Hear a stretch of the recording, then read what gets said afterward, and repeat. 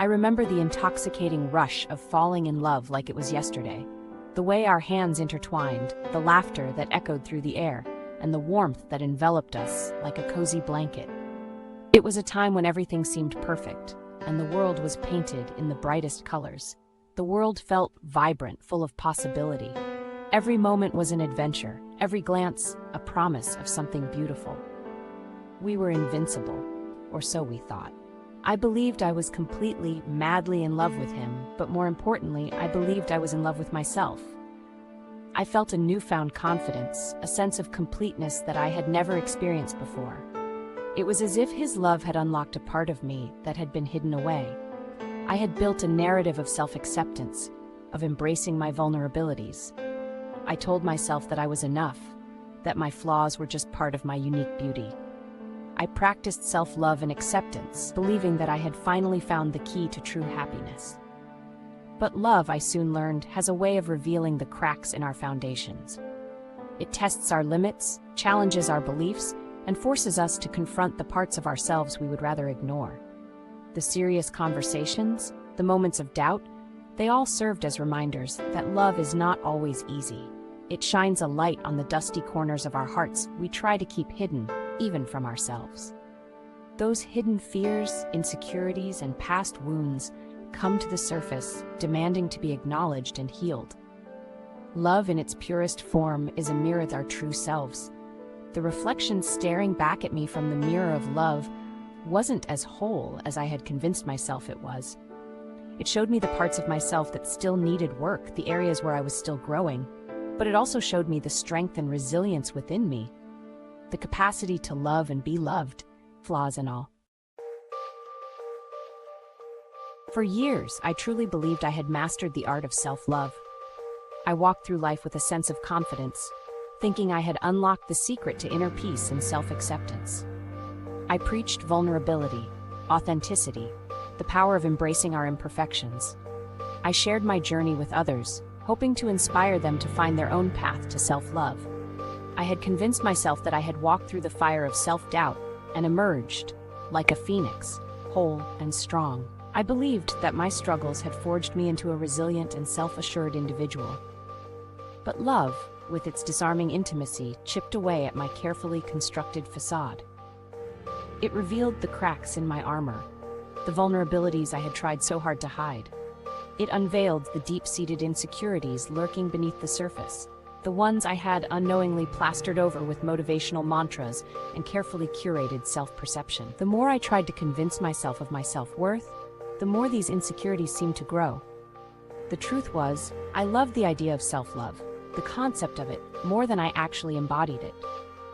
I realized that true self-love isn't about projecting an image of perfection, but about accepting and embracing our flaws, our fears, and our vulnerabilities. It's a continuous journey, not a destination. I entered the relationship with open arms, believing I was seeking a partner, an equal to share my life with. What I didn't realize was that a part of me, a deep-seated, wounded part, was seeking validation. I craved his love, his affirmation, as if it were the missing piece, the final stamp of approval on my worthiness. I yearned for his gaze to reflect back the image of myself I desperately wanted to see, confident, worthy, lovable. But love, I was learning, isn't about seeking external validation, it's about cultivating internal acceptance. The initial stages of love were a whirlwind of euphoria. It felt like we were floating on clouds, every moment filled with laughter and joy. The world seemed brighter, and every day was an adventure waiting to unfold. We were lost in the intoxicating dance of new love, blinded by the glitter of infatuation. Our hearts raced with every shared secret, and our minds were consumed with thoughts of each other. It was a beautiful, dizzying experience. Every glance felt like a spark, every touch a wildfire. The connection was electric, and it seemed like nothing could ever dim the flame that burned so brightly between us. We were inseparable, bound by an invisible thread of passion.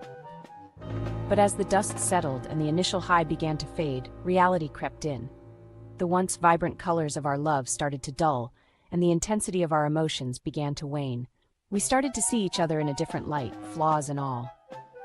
The butterflies, once a fluttering symphony in my stomach, began to disappear.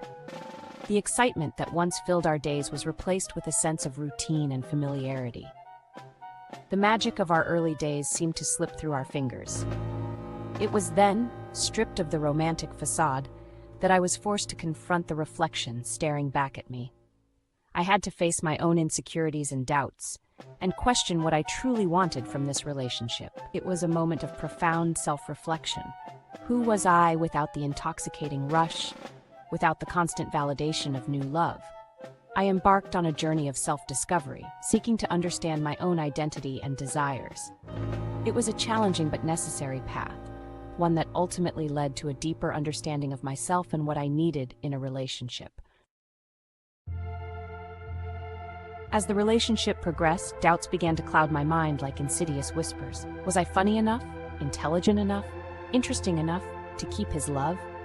The insecurities I had spent years burying resurfaced with a vengeance, fueled by the fear of not being enough. I started questioning my every word, every action, analyzing every interaction for signs of waning affection. My sense of worth became precariously dependent on his love, his validation, leaving me vulnerable to the ebb and flow of his emotions. I had unknowingly placed him on a pedestal, projecting onto him an image of perfection he could never attain. He became the embodiment of my unmet needs, the answer to my unasked questions. But, idealization, I came to realize, is just another form of self-deception. By attributing unrealistic qualities to him, I was avoiding my own insecurities, my own need for growth and healing. I was seeking a savior in him, someone to rescue me from the messy, uncomfortable work of self-discovery. Cracks began to appear in the foundation of our relationship, revealing the fault lines of my own emotional insecurity. Every disagreement became a battleground, every miscommunication a potential threat to the fragile ecosystem of my heart. I reacted defensively, my words laced with the fear of abandonment, the terror of not being good enough. I was holding on too tightly, suffocating the relationship with my need for constant reassurance, for proof of his unwavering love. The breaking point, as it often does, arrived cloaked in a seemingly insignificant moment. A careless remark, a misunderstood gesture, and the dam of my suppressed emotions shattered. But amidst the wreckage of my carefully constructed reality, a new awareness began to dawn. I saw, with startling clarity, the extent to which I had abandoned myself in the pursuit of his love. I realized that my desperate need for his validation stemmed from a lack of self-acceptance, from a deep-rooted belief that I wasn't worthy of love, not even my own. The relationship, already hanging by a thread, unraveled. The pain of heartbreak was excrucious, a visceral ache that reverberated through every fiber of my being. But within the wreckage, amidst the shattered pieces of my heart, lay the seeds of an unexpected liberation. The ending, though devastating, became an opportunity for a new beginning, a chance to rebuild myself from the ground up, this time on a foundation of self-love and acceptance. Grief, I learned, is not a linear process. It's a messy, unpredictable journey of peaks and valleys, of moments of clarity interspersed with waves of overwhelming sadness. I grappled with feelings of inadequacy, haunted by the ghosts of my perceived failures. I questioned my every decision, every flaw magnified under the harsh lens of self-doubt. But slowly, painstakingly, I began to piece myself back together.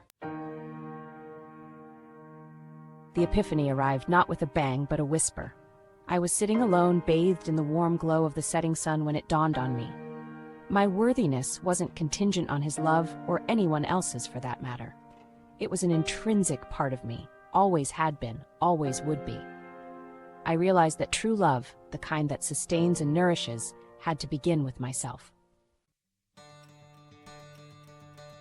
The journey of self-discovery, like any worthwhile adventure, was fraught with challenges. There were days when the weight of my insecurities threatened to pull me under, when the voice of self-doubt screamed louder than the whispers of self-love.